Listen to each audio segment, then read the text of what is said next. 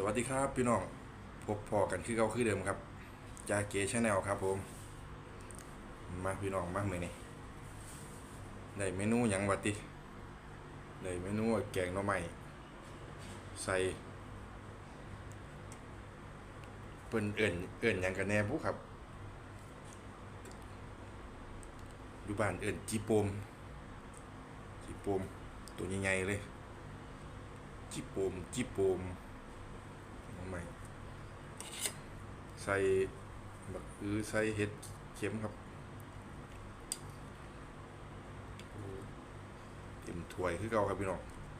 บ่เห็นฮอนหน่อไม้เห็นแต่จีโปมบัดนี้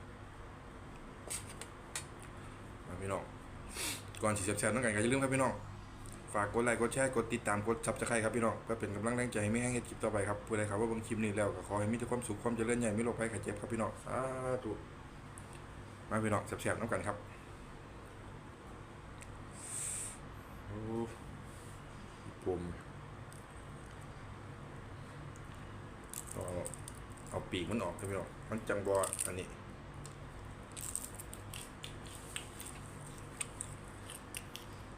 กรอบๆเลย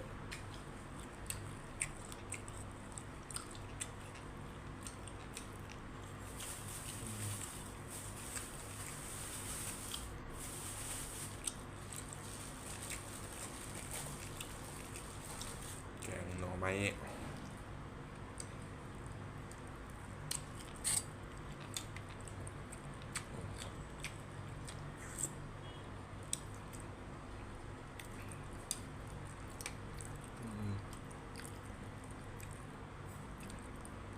แซ่บดีอยู่พี่น้อง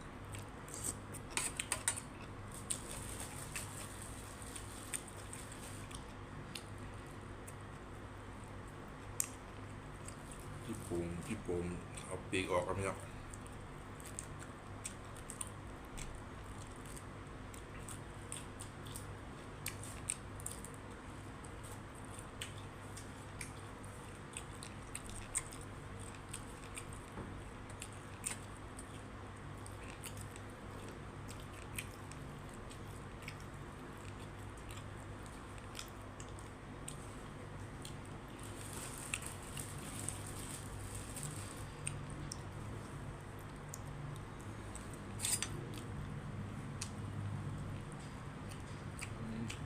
มันใหญ่เลยพี่น้อง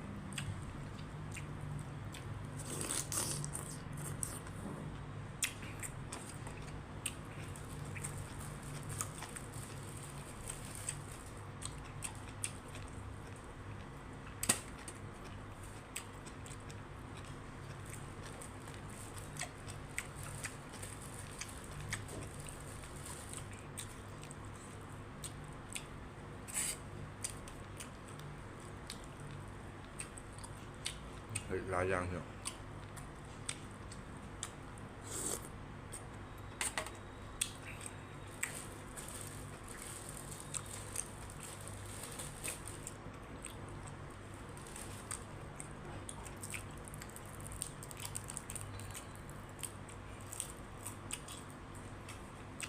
ผู้ใดกินบ่เอาปีกออกแน่พี่น้อง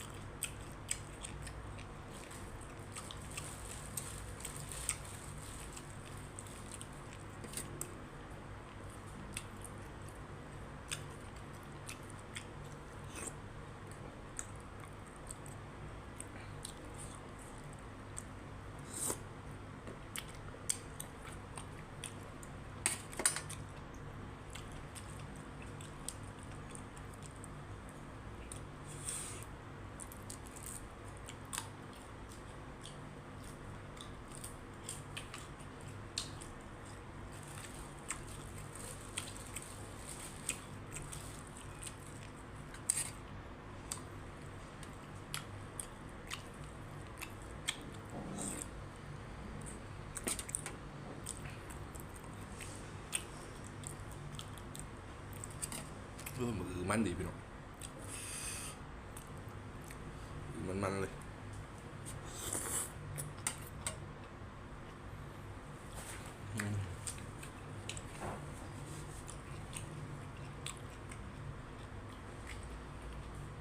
หน่อยปากหน่อยข้างพี่น้อง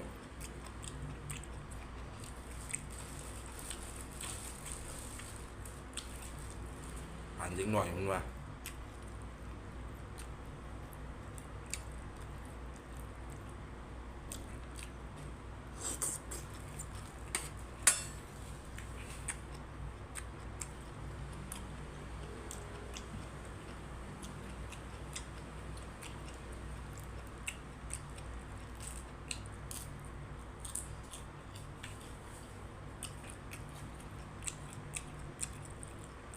ผู้ใดบ่เอาปีกออกกระซังเลยผมจะเอาออก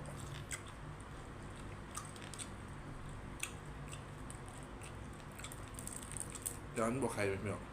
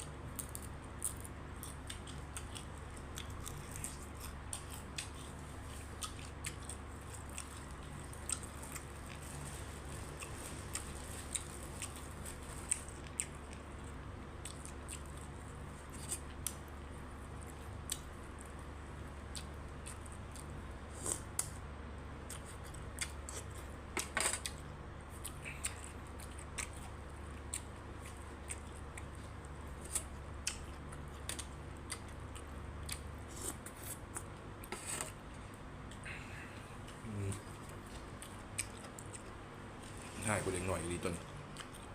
เนี่ยปากเนี่ยข้างดีจ้ะโอ้ลืม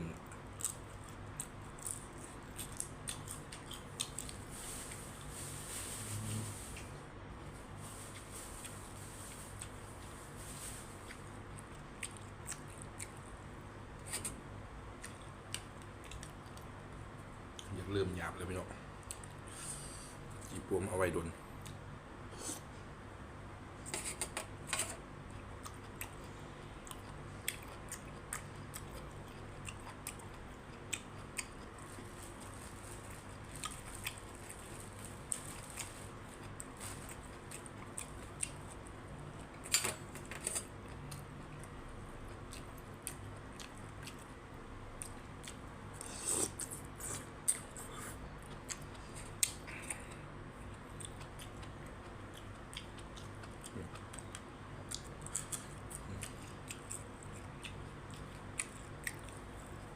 บอกออกอะไรตัวเนาะ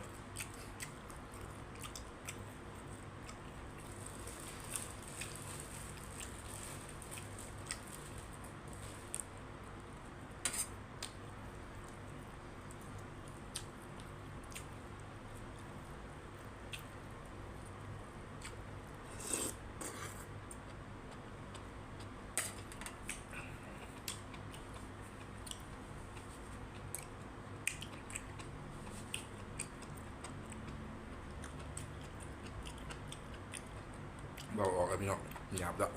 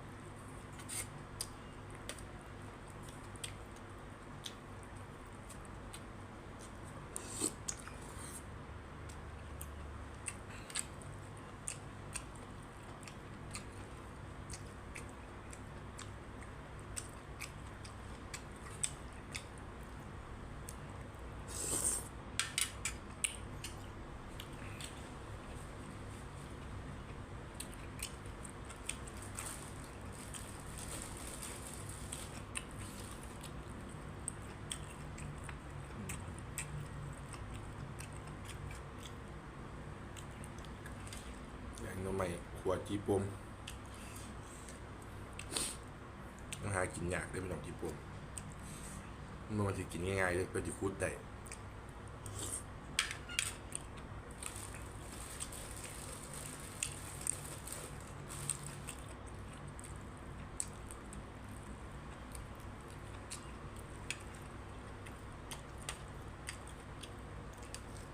เนื้อหน่อยขูดน้ำหาบอกโอ้ย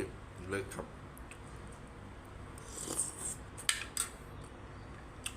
เพื่อจะได้กิน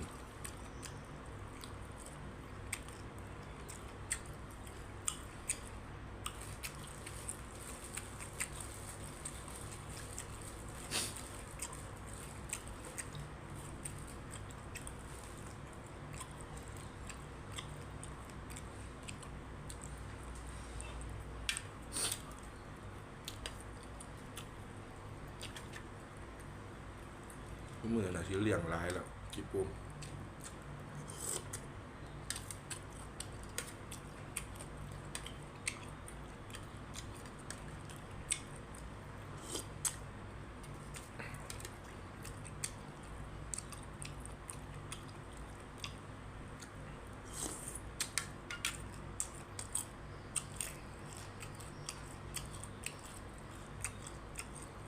ยำก็ต้องระวังขามถึงอะไรเพื่อนคม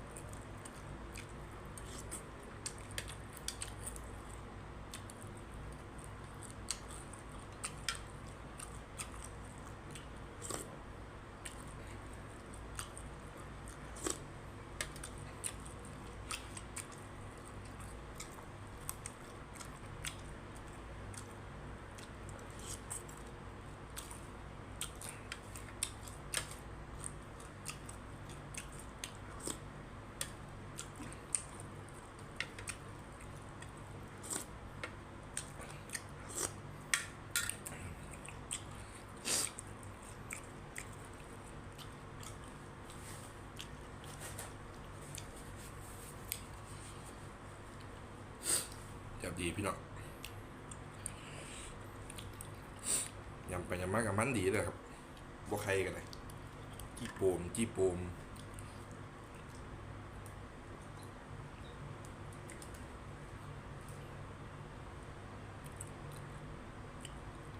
รู้แต่ว่ากินน้ำเสียบปากสงสัยจะขามันแทงขามันบาดลายอยู่พี่น้องแก้วมันขูดโอ้ยบึดลงไปคาน้ำไปคาแขนกว่าสิหอดทั้งตัวขูดไปแน่ไปพ่อหูตันโอ้ยเมื่อยเพื่อซื้อได้กินมื้อนี้ซื้อกินครับพี่น้องเป็นเลี้ยงกันแล้วสบายชั่วโมงนี้ครับง่ายเอาละครับพี่น้องสำหรับคลิปนี้ก็เอาไว้สำเร็จครับพี่น้องฝากกดไลค์กดติดตามกดซับสไครต์ครับพี่น้องเพื่อเป็นกำลังแรงใจไม่ให้เฮ็ดคลิป